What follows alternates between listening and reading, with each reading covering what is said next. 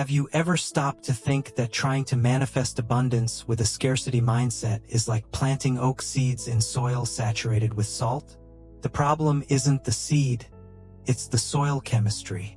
Close your eyes for a brief moment and feel the weight of your body against the chair, allowing the silence around you to begin speaking louder than the worries that brought you here.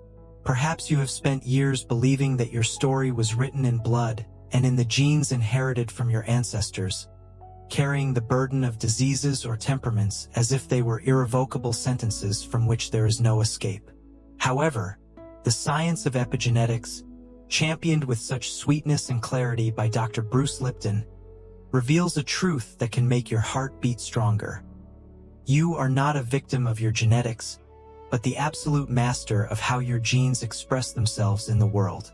Life does not happen to you, it happens through you, and every cell in your body is like a small worker waiting for the command of the environment you create with your deepest thoughts and feelings. Imagine that your subconscious functions like an old cassette tape that began recording the world the moment you were still in the womb and continued registering everything, without filters, until you were 7 years old.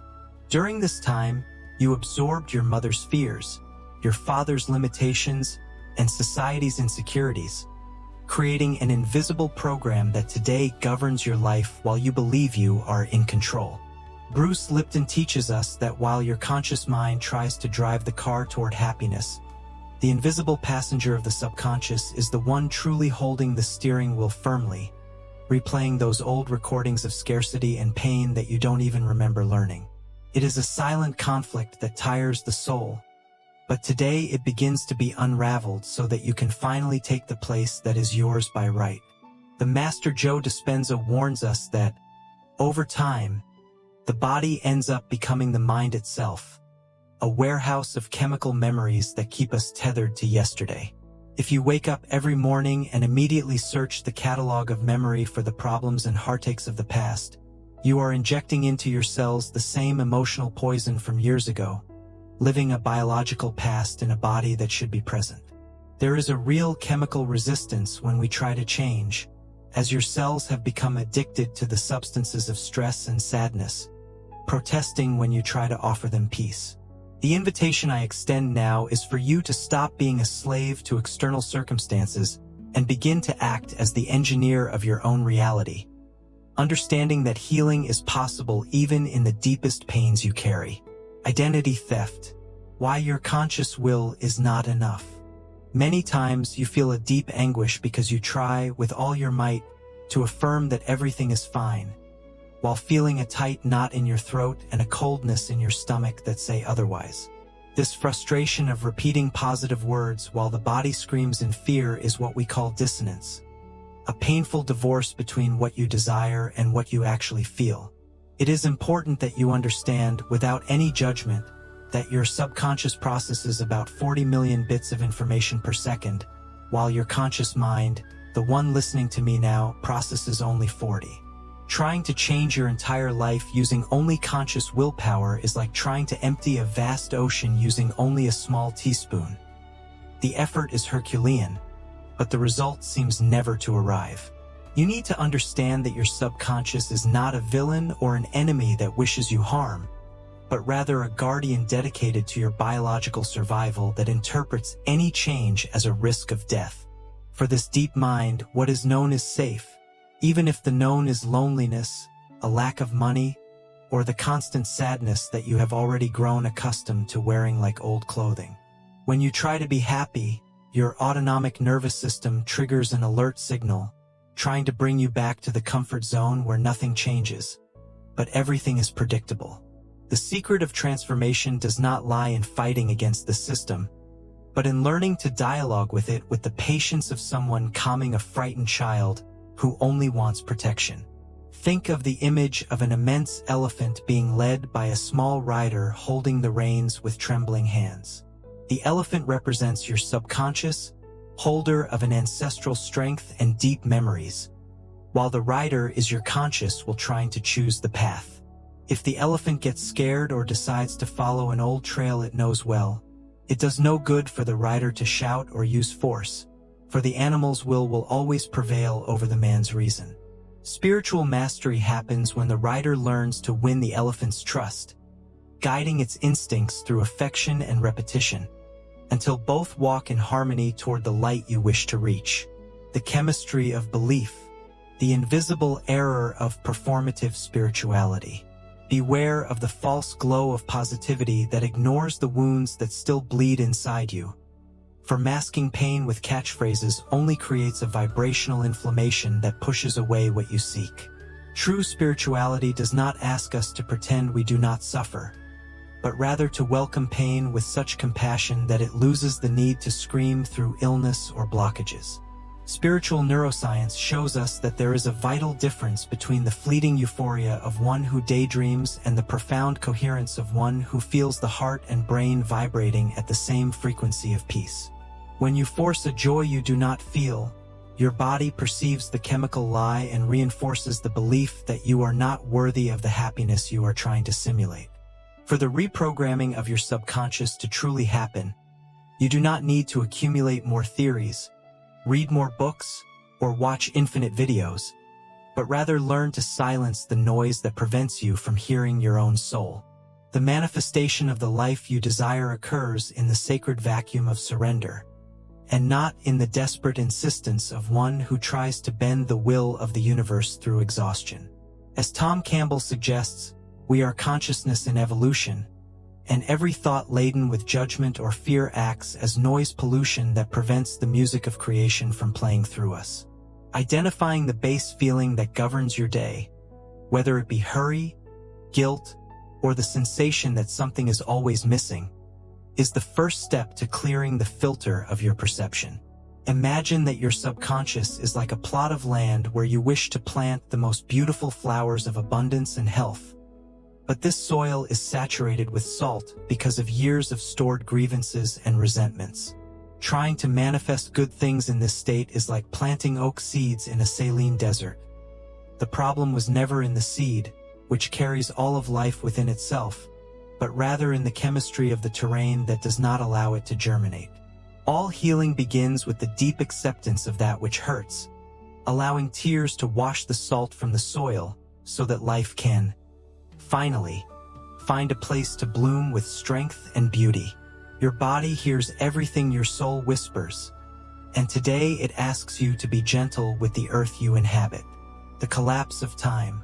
How anxiety blocks the electromagnetic field. The subtlest trap we find on the path of healing is the anxious urgency to see to believe, as if we needed external proof to validate our inner faith. When you desperately search for a sign that things are changing, you are, without realizing it, emitting a frequency of lack that warns the quantum field that your desire is not yet there. This silent anxiety functions like radio interference that transforms the soft melody of life into an unbearable hiss, preventing abundance from reaching your door. The universe does not respond to what you want with the mind. It responds to what you are in every fiber of your being, and if you vibrate with waiting, the universe will give you more reasons to keep waiting. There is a counterintuitive revelation that we need to embrace. The subconscious has no notion of future or past. It lives in an eternal and continuous now. If you make affirmations or requests for tomorrow, your subconscious ensures that the object of your desire remains always one day away, like a horizon that recedes as you walk. The command that truly works is anticipated gratitude, that deep gratitude that springs forth even before the blessing physically manifests to your eyes. Greg Braden teaches us that gratitude is the ultimate biological signal that the event has already occurred, altering your blood chemistry and sending a clear command to the quantum field that you already are what you wish to be. Consider the metaphor of a package you ordered and know, with absolute certainty, is on its way to your house in a reliable vehicle. If you trust the delivery system, you do not run to the door every 5 minutes, nor do you call the warehouse crying in fear that the package was lost on the way. You simply rest, prepare the space to receive what you bought, and go about your life with the tranquility of someone who already possesses what they have not yet touched with their hands. Doubt is what cancels your order in the warehouse of divine consciousness, while silent trust is what accelerates the meeting between your soul and the destiny you yourself have chosen. The language of symbols, communicating with the deep mind. Many people erroneously believe that the intellect is the key to change, but your subconscious does not care about logic, grammar, or the rational arguments you construct. It speaks the archaic language of colorful images, intense emotions, and rhythmic repetition, functioning much more like an artist than a mathematician. For a new belief to take hold, it is necessary for there to be coherence between the electric field of your brain, which is your clear intention, and the magnetic field of your heart, which is the elevated emotion of having already achieved the goal. When these two centers align, you become a powerful magnet that attracts the circumstances necessary for your external reality to adjust to your internal truth. The great portal for this sacred communication is the Theta state, that twilight zone we visit twice a day. At the moment we are almost falling asleep, and at the instant waking begins to touch us. In these precious minutes, the critical filter of the analytical mind steps away, allowing the cassette tape of the subconscious to accept a new recording without questioning whether it is logical or possible. It is as if the operating system of your biocomputer enters safe mode, allowing you to alter the source code that has been causing errors in your life system. If you use these moments to replay news tragedies or the day's heartaches, you are only reinforcing the prison in which you live. If you use them to visualize beauty, you are rewriting your destiny. I propose to you the technique of symbolic revision before surrendering to sleep every night, replacing the mental movie of the problems that afflicted your day with scenes of power and overcoming. Do not try to force the thought. Simply feel the relief that everything has been resolved in the best possible way, allowing this feeling of peace to flood your cells while the pineal gland prepares your body for rest. It is as if you were talking to a very simple friend who does not understand difficult words, but who perfectly understands the glint in your eyes and the smile on your face. By sleeping with this vibration, you leave your subconscious working throughout the night to build the world you visualized with so much love. The biology of surrender. The fatal error of trying to control the how. One of the most painful mistakes we make is believing that we need to plan every step of the universe, trying to control the how, the when, and the where our prayers will be answered. Excessive control is nothing more than the ultimate expression of fear, a desperate cry of our insecurity trying to limit the infinite possibilities of the quantum field to our small experiences of the past. When you fixate on only one way to be happy, you close the door to thousands of other routes that divine intelligence could use to reach you. Neuroscience explains that the stress of control shuts down the frontal lobe of the brain, the very area responsible for brilliant ideas and intuitive solutions that could solve your problem in the blink of an eye. True spiritual mastery does not consist of commanding the universe or giving orders to divine consciousness, but in aligning oneself with humility to the loving intelligence that keeps your heart beating without you needing to think about it. Surrendering is not giving up or handing yourself over to defeat, but rather letting go of the reins of fear so that something greater can act through your life and your hands. By inhabiting what Joe Dispenza calls no space and no time, you become no one, and at the same time you become everything, collapsing new realities from the pure potential where all matter arose. It is in the silence of surrender that miraculous healings happen and the doors that seemed locked open without you needing to use force. Think of the image of a mighty river and a navigator who wishes to reach the sea with safety and tranquility. The wise navigator does not waste his energy trying to push the water or rowing against the current to make the river run faster, for he knows that the water already knows the way to the ocean. What he does is adjust his sails with patience and skill, allowing the natural force that already exists to take him exactly where he needs to be, in nature's perfect time.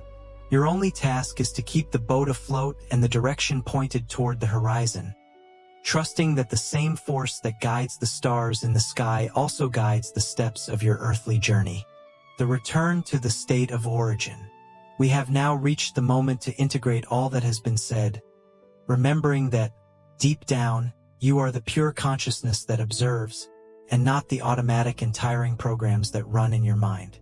You are not the depression you feel, you are not the lack of money you experience, and you are not the loneliness that embraces you at night.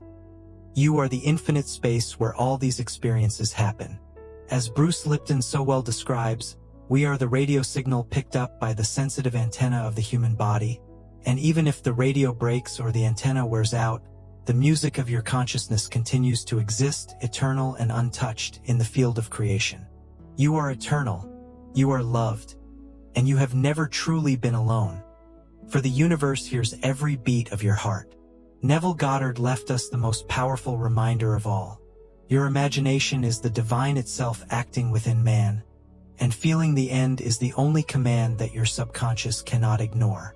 Living from the fulfilled desire, acting and feeling as if the healing has already happened, is the key that opens all the cells of the emotional prison you yourself built. This requires a loving commitment to your daily emotional hygiene, clearing the filters of your perception every day so that you can see the reality of light that is already available, just behind the veil of your limiting beliefs. You are not broken and never needed fixing. You are simply in a sacred process of transformation and remembrance of who you truly are. The hidden power that you sought so much in others, in books, or in external masters is not something you need to acquire, but rather something that needs to be released from beneath the heavy layers of who they taught you to be. With every conscious breath, you have the opportunity to rewrite your biology and to say yes to the life that pulses within you with unshakable strength. I end this meeting with a question I would like you to carry in the silence of your heart for the rest of your day. What if the resistance you feel now were just the hardened shell of the seed cracking to allow the tree you were born to be to finally reach the sun? And what if the pain you feel today were, in fact, the portal of light to the life of peace you have always sought?